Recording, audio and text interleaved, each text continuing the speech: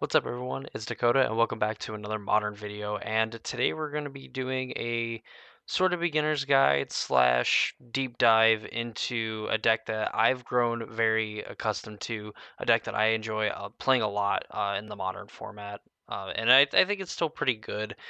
People say that's a little weak. I think that's probably not the best position, but definitely not in a terrible spot. So today we're going to be taking a look at Black-Green Yawgmoth for the modern format and really getting into the meat and potatoes of the deck. And for me, this is going to be new because it's going to be a little bit deeper of a dive than we've done on some of the other decks. But going forward, I want the videos like this to kind of be as in depth as this one is going to be. So be on the lookout for those in future weeks coming up. And without further ado, let's go ahead and take a look at the deck. So here we have the Black-Green Yawgmoth deck piloted by Broadband, who took it to a 4th place finish, a 4-1 record in the Modern Last Chance qualifier on November 29th of 2022. Before we get too deep into this deep dive, of course, if you want to support me and my content and all the things that I post, that fun, happy stuff, please be sure to subscribe to the channel, ring the notification bell, and of course, leave a like on all the videos that you watch, as it helps YouTube suggest my videos more and just kind of helps me get out there. I would love to be able to do this way more often. So doing all that stuff definitely puts us on the road to doing stuff like that. So with all that out of the way, let's go ahead and get this deep dive started. So Black-Green Yawgmoth is pretty simple, honestly, in concept for a few reasons. One, you are essentially an aggressive deck, sort of in nature. You have cards like Yawgmoth, you have Strangleroot and even Hapatras, is cards that can be aggressive, just aggressively curved cards, where you can play like a Birds of Paradise or Ignoble Hierarch on turn one. Then you can start just putting out like Yawgmoths and Strangleroot and things like that, and start really putting pressure on your opponent. On the flip side of that, your cards that do put on pressure, like Yawgmoth and Strangleroot, get better by dying, by their ability Undying, which means that if they had no +1/+1 counters on it, they return to the battlefield with a +1/+1 counter on it. Combined with Yawgmoth, which is where the combo element of the deck comes from, if you have a Yawgmoth, say, and a Strangleroot, and one of them has a +1/+1 counter on it, the other one does not, you sacrifice the one without the +1/+1 counter, targeting the creature with the +1/+1 counter. And then what ends up happening is the Yawgmoth that didn't have a counter on it comes back with a counter. And then you remove the counter from the Strangleroot. You end up getting to draw a card from all that. And then you sacrifice the Strangleroot to get rid of the counter on the Yawgmoth. The Strangleroot comes back with a +1/+1 counter.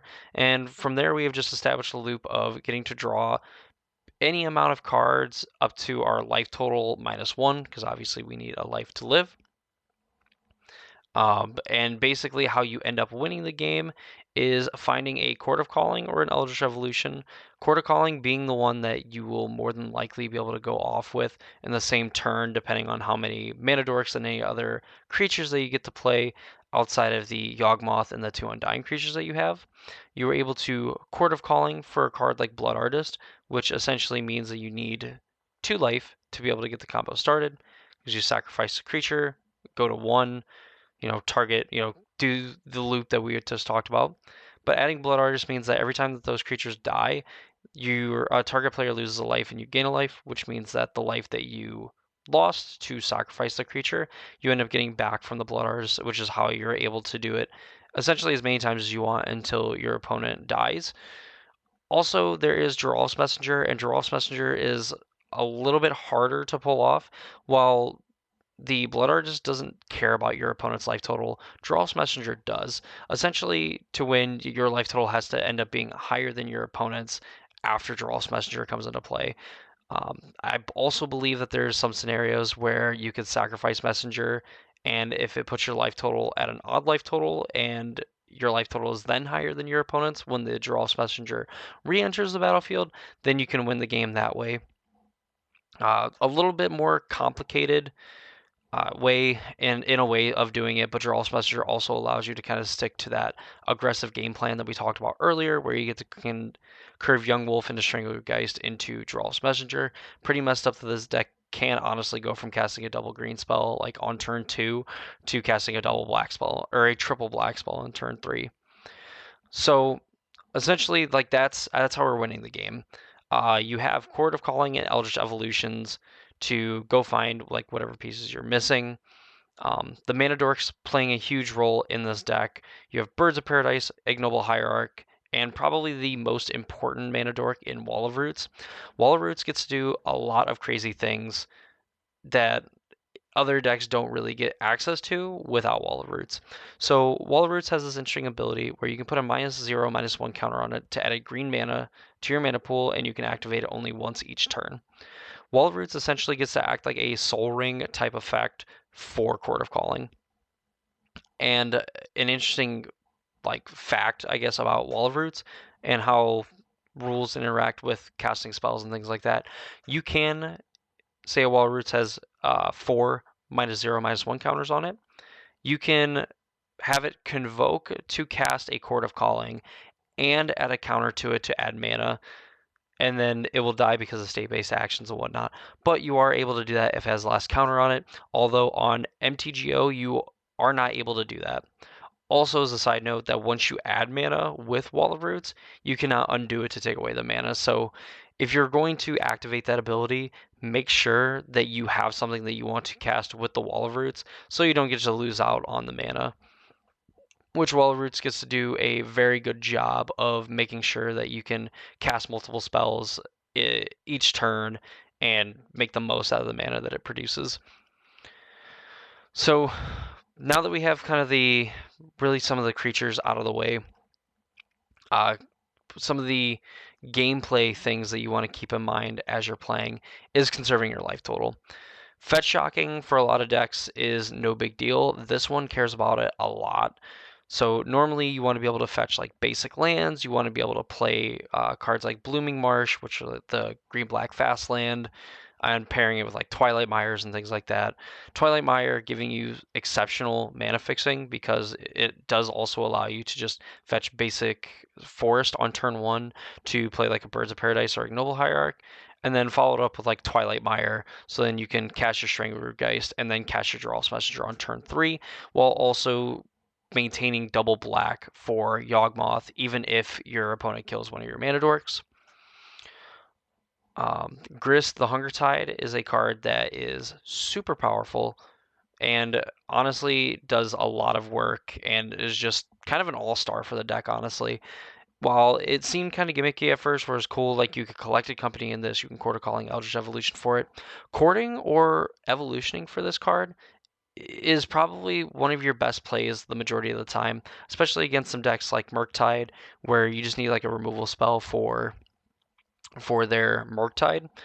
Grist does it very well. Obviously, upgrades your Undying creatures into more powerful threats that can end up closing out the game with an ultimate ability and even a +1. A +1 that fuels its ultimate ability, while also kind of getting you some sort of like card advantage by getting rid of most of the cards that don't actually impact the combo game plan or the aggressive game plan. So fetching conservatively and making sure that your life total is pretty high. Grist, again, being like a great option and something that you could do if you're not sure exactly like what to chord for or Eldritch Evolution. Usually getting a Grist is fine because then it sets up future chords and even on some occasions to be like more aggressive. Kind of continue on because I kind of messed up on these. The Yawgmoth has a second ability, and that is you can pay 2 black, discard a card, proliferate. This ability can do quite a few things. Obviously, the main intent or the idea with it is that you put a -1/-1 counter on your opponent's creature, and you put it on like multiple creatures, and then you are able to pay double black and proliferate those counters and eventually kill them with those or kill their creatures with that. But there is some amount of times where using the proliferate ability on like a Yawgmoth or a Stringerroot Geist to put more counters on it is relevant. A lot of times it's going to be in situations where you can push damage. In Stringerroot Geist's case, the fact that you can sack it and it has haste and it'll become back as a 3/2 haste creature allows it to be a little bit better of a target for the Yawgmoth counters for the fact that you can just get a card from it and then discard that card to then proliferate all of your Strangler guys or all of your young wolves and just get in there and hopefully end up killing your opponent. Getting to also proliferate the Grist Hunger Tide loyalty counters can be pretty good because eventually you get to a point in the game where you could just sack your entire board and then minus your Grist, and then that just takes care of your opponent from all the damage they've taken from their lands, from the damage they've taken from some of your creatures. It is really easy to get a Grist ultimate win in those situations. There's a card in this list in particular, uh, Endurance being a card that is pretty flexible, I would say. I think before you were solidly priced into playing 2 with how many graveyard decks were in the format. Now Endurance is kind of safe as a 1 of. You can use Endurance and its evoke ability to kind of do some messed up things. Mainly being that you pitch a green card, cast Endurance, maybe target your opponent, you can even target yourself, and then either using Endurance to cast a Chord of Calling if you need the extra, basically the extra body to chord for, say, a Drawless Messenger or for a Blood Artist. You can also, with its Evoke trigger on the stack, obviously get the ETB, and then sacrifice it to Yawgmoth to draw a card as kind of another way to cycle it, essentially using 2 cards to get another card to hopefully find something to get yourself going, to set yourself up for next turn, to just win on the spot. In the sideboarded games, so you get to do all this just straight up in the main board. All right, essentially, like you want to be pretty patient with the fact that you are a combo deck, while also just making your opponent deal with your Young Wolves and your Stringroot guys, because a lot of the time they're going to end up trading a creature and a card to completely get rid of a Young Wolf. And the fact that they spent even 1 mana to kill it and maybe a 1 mana creature, they still spent 2 mana and 2 cards when you spent 1 mana and didn't really have to do anything to get rid of their cards. And this deck eventually will just outcard advantage your opponent with Yawgmoth Ramphysician, with Chords of Calling and Eldritch Evolutions.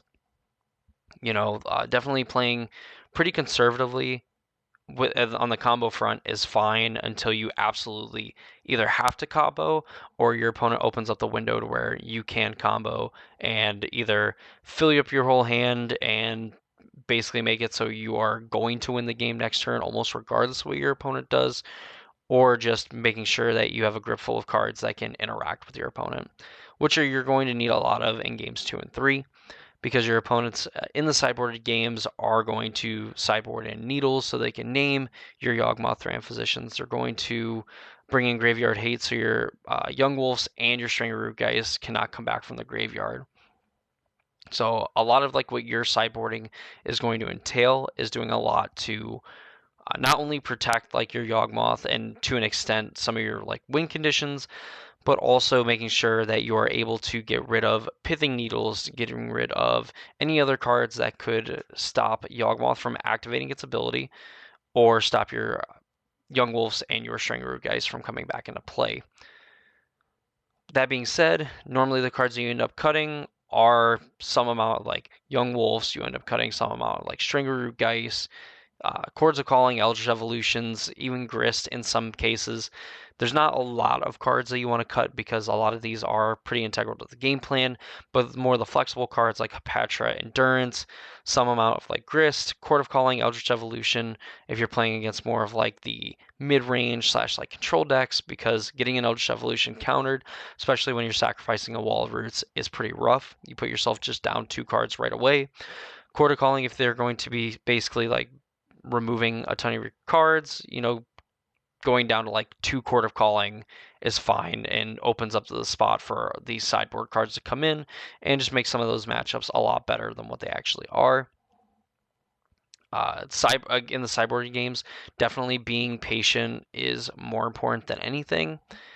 Also, creating windows for yourself to be able to just go off on that turn. It sounds counterproductive, wanting to be patient, but then also wanting to kind of just hurry up and get after the combo. But when you've played the deck as much as like I have, and even like a lot of some of the other players that I watch that play this deck pretty religiously, you learn like the windows and the opportunities that you can take to kind of get in there and accomplish the goal of winning the game. It's just making sure that you understand those windows and you don't leave yourself open to getting endurance by your opponent out of the sideboard or solituded or even just getting completely punked by just something that you didn't take into account.